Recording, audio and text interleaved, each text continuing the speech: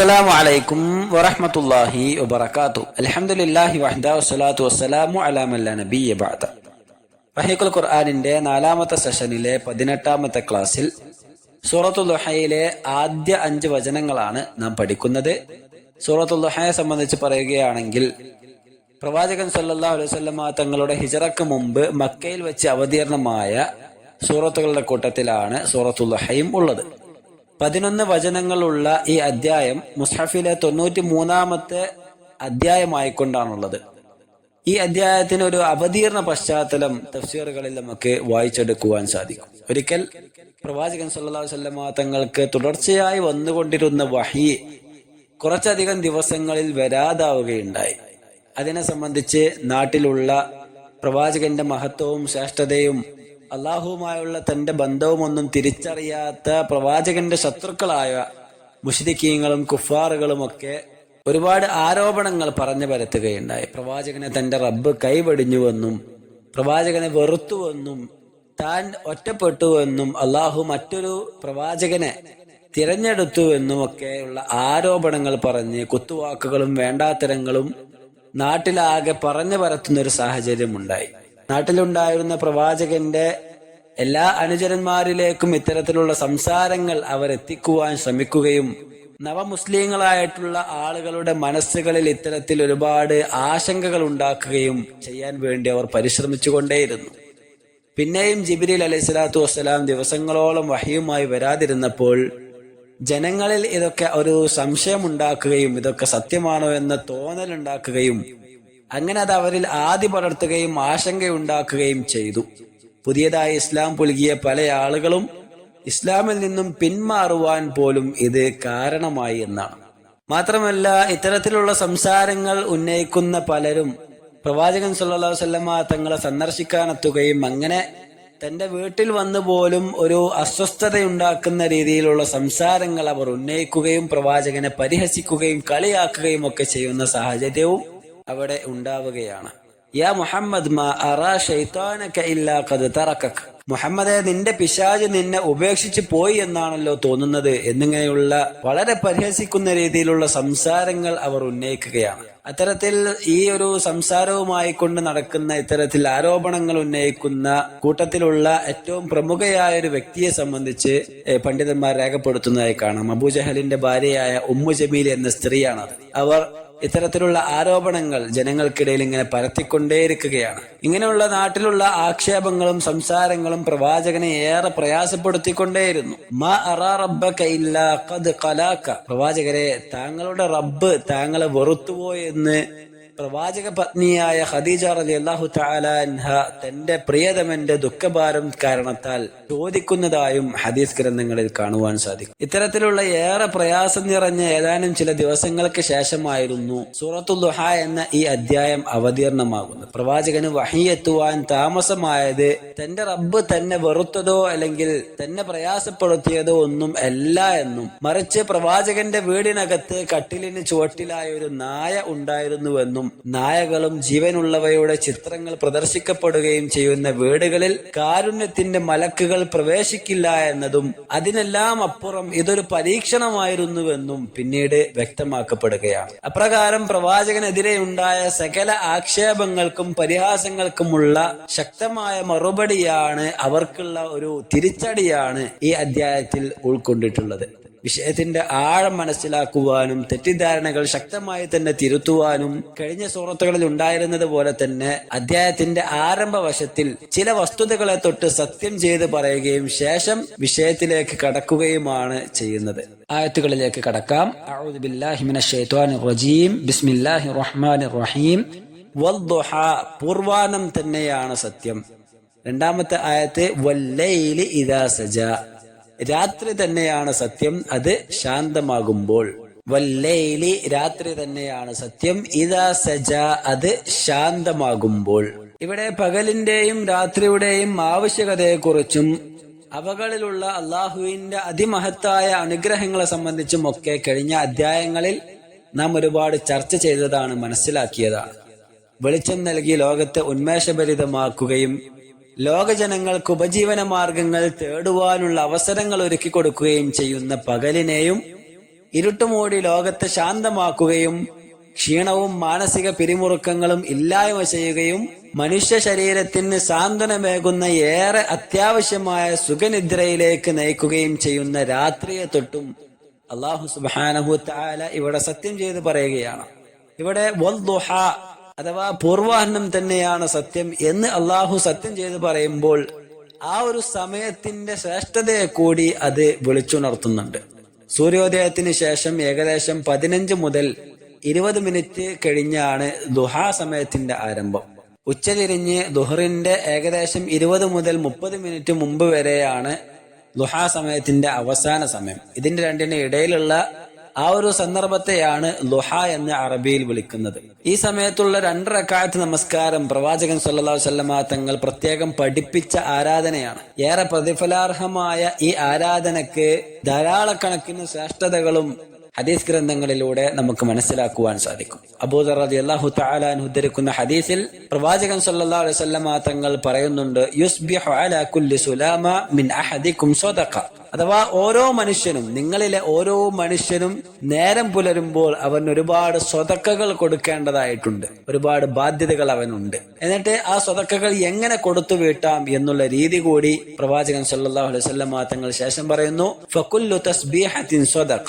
നിങ്ങൾ ചൊല്ലുന്ന ഓരോ തസ്ബീഹകളും സുബ്ഹാനല്ലാഹ് എന്ന ഓരോ ഖൗലുകളും അത് സ്വതക്കയാണ്. വകുല്ലു തഹ്മീദത്തിൻ സ്വദഖ. നിങ്ങൾ ചൊല്ലുന്ന ഓരോ തഹ്മീദുകളും അൽഹംദുലില്ലാഹ് എന്ന ഹംദുകൾ അതെല്ലാം സ്വതക്കകളാണ്. വകുല്ലു തഹ്ലീലത്തിൻ സ്വദഖ. ലാ ഇലാഹ ഇല്ലല്ലാഹ് എന്ന് പറയുന്ന കലിമത്ത്. വകുല്ലു തക്ബീറത്തിൻ സ്വദഖ. അല്ലാഹു അക്ബർ എന്ന് പറയുന്ന കലിമത്ത് ഇതെല്ലാം സ്വതക്കകളാണ് എന്ന് ശേഷം പറയുന്നു, വഅംറും ബിൽ മഅറൂഫി സ്വദഖ വനഹ്യുൻ അനിൽ മുൻകരി സ്വദഖ. നന്മ കൽപ്പിക്കുകയും തിന്മ നിരോധിക്കുകയും ചെയ്യുക എന്ന പ്രവർത്തനങ്ങൾ അതെല്ലാം തന്നെ സ്വതക്കകളുടെ കൂട്ടത്തിലാണുള്ളത്. എന്നിട്ട് അതിന്റെ അവസാനത്തിൽ ഇതെല്ലാം ചേർന്ന് വരുന്ന വലിയൊരു ആരാധനയെ സംബന്ധിച്ച് പ്രവാചകൻ സല്ലല്ലാഹു അലൈഹി വസല്ലമ തങ്ങൾ ആ ഹദീസിൽ പറയുന്നതായി കൊണ്ട് കാണാം, വയുജ്സിഉ മിൻ ദാലിക റകഅതാനി യർകഉഹുമാ മിനൽ ദുഹാ. ദുഹാ സമയത്ത് നമസ്കരിക്കുന്ന നമസ്കാരം, 2 റകഅത്ത് നമസ്കാരം, ആ നമസ്കാരം ഈ പറഞ്ഞ സ്വതക്കുകളെല്ലാം ശേഖരിച്ചു വെക്കുന്ന ഏറ്റവും വലിയൊരു കർമ്മമാണ് എന്ന് ഉണർത്തിയതായി കാണുവാൻ സാധിക്കും. അപ്പോൾ ആ സമയത്തുള്ള നമസ്കാരം അതിന് വലിയ വിലയുണ്ട്, വലിയ പ്രാധാന്യമുണ്ട് എന്ന് ഈ ഹദീസിലൂടെ നമുക്ക് കാണുവാൻ സാധിക്കും. ഇത്തരത്തിൽ ധാരാളക്കണക്കിന് ഹദീസുകൾ ഈ വിഷയവുമായി ബന്ധപ്പെട്ട് ദുഹാ സമയത്തിന്റെ പ്രാധാന്യത്തെ വിളിച്ചോതുന്നതായി നമുക്ക് മനസ്സിലാക്കുവാനും സാധിക്കും. അപ്രകാരം ദുഹാ സമയത്ത് സത്യപ്പെടുത്തി പറഞ്ഞതുപോലെ തന്നെ ശേഷം 2-ാമത്തെ വചനത്തിൽ രാത്രിയെ തൊട്ടാണ് അല്ലാഹു സുബ്ഹാനഹു തആല സത്യം ചെയ്ത് പറയുന്നത്. ദുഹാ സമയത്തേക്കാൾ അപ്പുറം ഈ സമയത്തിനും ധാരാളം ശ്രേഷ്ഠതകൾ ഇസ്ലാം പരിചയപ്പെടുത്തുന്നുണ്ട്. ആ സന്ദർഭത്തിലുള്ള നമസ്കാരങ്ങൾക്ക് വലിയ പ്രാധാന്യവും പഠിപ്പിക്കപ്പെട്ടിട്ടുണ്ട്. രാത്രി നമസ്കാരത്തിന്റെ ശ്രേഷ്ഠതകളും പ്രത്യേകതകളും നാം മനസ്സിലാക്കിയവരാണ്, പഠിച്ചവരാണ്. ഇശാ നമസ്കാരത്തിന് ശേഷം സുബഹിക്ക് മുമ്പായുള്ള സമയങ്ങളിൽ നിർവഹിക്കപ്പെടുവാനുള്ള ഈ ആരാധനക്ക് പ്രവാചകൻ സല്ലല്ലാഹു അലൈഹി വസല്ലമ തങ്ങൾ പ്രത്യേക പരിഗണന തന്റെ ജീവിതത്തിൽ കൊടുത്തിട്ടുണ്ടായിരുന്നു. അത് തുടർച്ചയായി പ്രവാചകൻ അലൈഹി സ്വലാത്തു വസ്സലാം നിർവഹിക്കാറുണ്ടായിരുന്നു എന്നും നമുക്കറിയാവുന്ന കാര്യമാണ്. അപ്രകാരം ഈ 2 സമയങ്ങളുടെയും ശ്രേഷ്ഠതയെ സൂചിപ്പിച്ചുകൊണ്ടാണ് ഇവിടെ അല്ലാഹു സുബ്ഹാനഹു തആല ഈ അധ്യായത്തിൽ സൂറത്തുൽ ദുഹയിൽ സത്യം ചെയ്ത് പറയുന്നത്. ശേഷം അല്ലാഹു സുബ്ഹാനഹു തആല പ്രവാചകൻ സല്ലല്ലാഹു അലൈഹി വസല്ലമ തങ്ങളെ സമാധാനിപ്പിക്കുകയും അതിപ്രധാനമായ ചില സന്തോഷ വാർത്തകൾ അറിയിക്കുകയുമാണ് ചെയ്യുന്നത്. 3-ാമത്തെ വചനത്തിലേക്ക് കടക്കാം. മാ വദ്ദഅക റബ്ബുക വമാ ഖല. പ്രവാചകരെ, താങ്കളുടെ രക്ഷിതാവ് താങ്കളെ കൈവിട്ടിട്ടില്ല, താങ്കളെ വെറുത്തിട്ടും ഇല്ല. മാ വദ്ദഅക, താങ്കളെ കൈവിട്ടിട്ടില്ല. റബ്ബുക, താങ്കളുടെ റബ്ബ്. വമാ ഖല, താങ്കളെ വെറുത്തിട്ടും ഇല്ല. 4-ാമത്തെ വചനം, വലൽ ആഖിറതു ഖൈറുൽ ലക മിനൽ ഊല. തീർച്ചയായും പരലോകമാണ് താങ്കൾക്ക് ഇഹലോകത്തേക്കാൾ ഉത്തമമായിട്ടുള്ളത്. വലൽ ആഖിറതു, നിശ്ചയം പരലോകമാകുന്നു, ഖൈറുൽ ലക, താങ്കൾക്ക് ഉത്തമമായിട്ടുള്ളത്, മിനൽ ഊല, ആദ്യത്തേതിനേക്കാൾ അഥവാ ഇഹലോകത്തേക്കാൾ. 5-ാമത്തെ വചനം, വലസൗഫ യുഅതീക റബ്ബുക ഫതർദ. വഴിയെ താങ്കൾക്ക് താങ്കളുടെ രക്ഷിതാവ് അനുഗ്രഹങ്ങൾ നൽകുന്നതും അപ്പോൾ താങ്കൾ തൃപ്തിപ്പെടുന്നതുമാകുന്നു. വലസൗഫ, പിന്നീട് അല്ലെങ്കിൽ വഴിയെ, യുഅതീക, താങ്കൾക്ക് നൽകുന്നതാണ്, റബ്ബുക, താങ്കളുടെ രക്ഷിതാവ്, ഫതർദ, അങ്ങനെ താങ്കൾ തൃപ്തിപ്പെടുകയും ചെയ്യുന്നതാണ്. അഥവാ ധാരാളക്കണക്കിന് അനുഗ്രഹങ്ങൾ താങ്കളുടെ ജീവിതത്തിൽ ഇനി അല്ലാഹു സുബ്ഹാനഹു വതആല പിന്നീട് നൽകുന്നതായിരിക്കും.